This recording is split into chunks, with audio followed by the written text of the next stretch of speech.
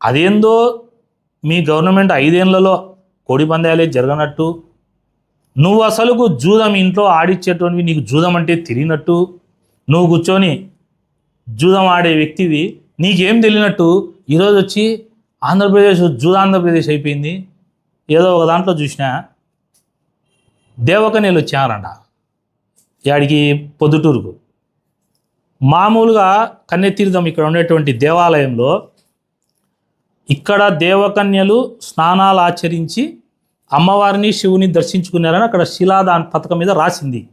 అంటే దేవకన్యలు అనే వాళ్ళు దేవుళ్ళ మాదిరి మనం చూస్తాం. పొద్దుటూరుకు దేవకన్యలు వచ్చినారంట అంట, యా నుంచి, గోవా నుంచి అంట.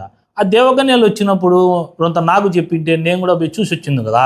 ప్రజలు కూడా దేవకన్యలు ఎవరు వచ్చారంటే వాళ్ళని పోయి దర్శనం చేసుకొని వచ్చినావు కదా, నువ్వు ఒక్కనివే దొంగగా ఎందుకు పోయి దేవకన్యలు చూసి వచ్చినావు అంటే నీకేమన్నా కనిపించినారా?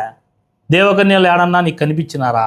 దేవకన్యలు వచ్చారంట గోవా నుంచి, ఈయన చూశాడంట. అంటే ఏం మాట్లాడుతాండావు? దేవకన్యల మీనింగ్ ఏంది? నువ్వు చెప్పే మీనింగ్ ఏంది? జూదం గురించి నువ్వు మాట్లాడేది ఏంది? ఇంట్లో జూదం ఆడించుకుంటా రోజు ఇంట్లో కూర్చొని ముక్క, అదేదో సామెత ఉంది కదా, ముక్క ఆడితే కానీ నీకు డొక్క, అదే సామెత ఉంది, రెక్క ఆడితే కానీ డొక్క ఆడదని. అట్ట నీకు ముక్క ఆడితే కానీ నీకు లెక్క రాదు, నీకు కడుపు నిండదు. అట్లాంటివి నువ్వు మళ్ళా జూదాల గురించి నువ్వు మాట్లాడుతున్నావు.